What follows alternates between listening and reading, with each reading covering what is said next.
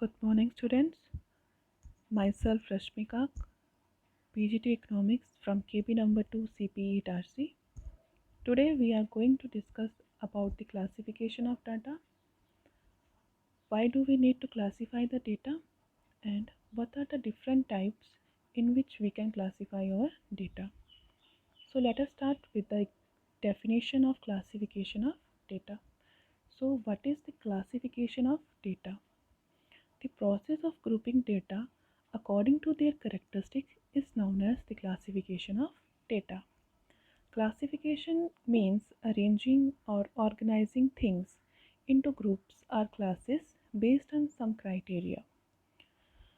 The purpose of classifying raw data is to bring order so that we can easily understand it. Because the raw data which we are collected is highly disorganized, it is often very large and very difficult to handle. We cannot draw any meaningful conclusion from this raw data. So, proper organization and presentation of such data is needed before any systematic statistical analysis is undertaken. Hence, after collecting data, the next step is to organize and present the data in a classified form. For example, we arrange the utensils in our kitchen, like we place plates at a place, spoons at other place, glasses at other place, so that it becomes easy for us to find them when we need them. Similarly, we arrange our books in a certain order, we arrange our notebooks in a certain order, so it becomes easy for us to handle them.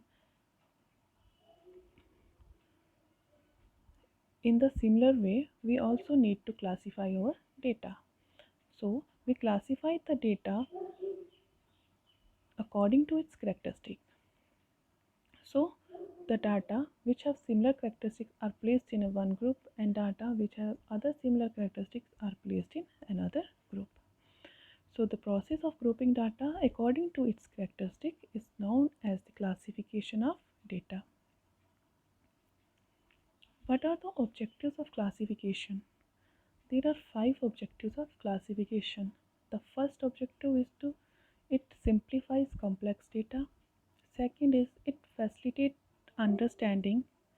Third is it facilitates comparison. Number 4 is it makes analysis and interpretation easy. And number 5 is to arrange and put data according to their common characteristics. So classification of data help us in summarizing the data and made it more comprehensible. When facts of similar characteristics are placed in the same class, it enables one to locate them easily and make comparison from this and draw inferences without any difficulty. So these are the objectives of the classification of data. It simplifies our data, it helps in understanding the data, and it helps in comparing the data and draw inferences without any difficulty. Now, there are types of classification. There are different types of classification of data. We will study about 5 different types of classification of data. Number 1 is geographical or spatial classification. Number 2 is chronological classification. Number 3 is qualitative classification. Number 4 is quantitative classification. And number 5 is alphabetical classification. So we will start with the first classification, which is geographical classification, and understand it with the help of an example. What is geographical or spatial classification? When the data is classified according to the geographical location, this classification is known as geographical classification. For example, we have classified the production of food grains in India in a state-wise manner. We can see it with the help of a table. So in this table we can see the state-wise estimates of production of food grains in India. So we have classified our production of food grains on the basis of locations on the basis of geographical location. So in this table, in one column we have written the name of the states, and in the other column we have written the total food grain production in India. So the state of Andhra Pradesh has produced 1093.90 thousand tons of food grains, and the state of Uttar Pradesh has produced 41,828.30 thousand tons of food grains. So from this table, when we classify the data on the basis of their geographical location, so from this classification, we are easily able to understand which state has produced more food grains and which state has produced the least food grains. So from this table, we can easily make inferences about the food production. Like the state of Andhra Pradesh has produced the least quantity of food production, whereas the state of Uttar Pradesh has produced the maximum food grains. So, with the help of classification, with the help of arranging things, we can easily understand them, we can easily compare them. Second classification is chronological classification. When data are observed over a period of time, this type of classification is known as chronological classification.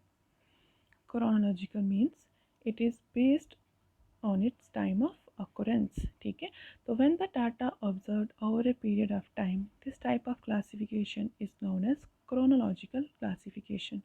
For example, we measure the national income, we measure the annual output of wheat, we measure the monthly expenditure of a household, daily consumption of milk, etc. So we measure these characteristics on the basis of time of occurrence. So these are the examples of chronological classification. In our example, we are going to present the figures of population in a chronological manner. So we can check at the table. In this table, we had classified the population of India from the year 1941 to 1991. So in the year 1941, the population of India was 31.87 thousand crores, and in 1981, the population of India was 68.33 thousand crores. So from this table, from this classification, we are easily able to understand that the population of India is growing continuously. There is no decline in the population of India from 1941 to 1981. The population of India is continuously growing. Third qualification is alphabetical classification, which is the easiest qualification. So when we arrange the data accordingly in a alphabetical order, it is called alphabetical classification. For example, in our example, we are going to classify the density of population in India in a alphabetical order. So this is the table. This table is showing the density of population in an alphabetical order. So in this table, we have placed the name of the state whose name starts with alphabet A, and then the name of the state whose name starts with alphabet B, and then C, then D, then E, then E, F, and further to K. So this table shows us the density of population. Density is measured per square kilometer. So from this table, we can easily understand the density of population in the state of Kerala is 548 persons per square kilometer, whereas the density of population is 62 persons per square kilometer in the state of Himachal Pradesh. So from this table, we can easily understand that the state of Himachal Pradesh has the lowest density of population, whereas the state of Kerala has the highest density of the population. Next qualification is qualitative classification. What is qualitative classification? As we all know that there are certain attributes, certain characteristics which cannot be expressed quantitatively. So such characteristics are called qualities or attributes. So the qualification, which is based on the quality of an attribute, a quality of a character, is known as qualitative classification. For example, we can classify our population on the basis of an attribute, which is the sex of the population, and one of these class may be male and female. We can further divide our population on the basis of an attribute, which is literacy, and we can further subdivide the literacy into two components, which is literate and illiterate. Further classification can be made with the help of some other attributes, say for example employment, whether the male population is employed or unemployed, whether it is illiterate or literate, whether it is married or unmarried. So this type of classification is known as qualitative classification. The last one classification is the quantitative classification. It refers to the classification of data according to some characteristics that can be measured. Like we can measure the height of the student, we can measure the weight of the student, we can measure the age of the student, income of the students, etc. For example, in our example, the student of a college, we have classified the student of a college according to their weight. So we have grouped the weights. In one column we have written the weight of the student, and in other column we have written the number of the students. And those students whose weight is between 40 and 50 kg are placed in the first group. The students whose weight lies between 50 and 60 kg are placed in the second group, and the student whose weight lies between 60 to 70 kg are placed in the third group. So this type of classification is known as the quantitative classification. So we have read the 5 different types of classification. Number 1 was geographical classification. Number 2 was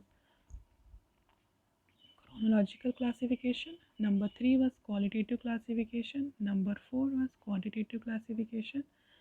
And number 5th was alphabetical classification.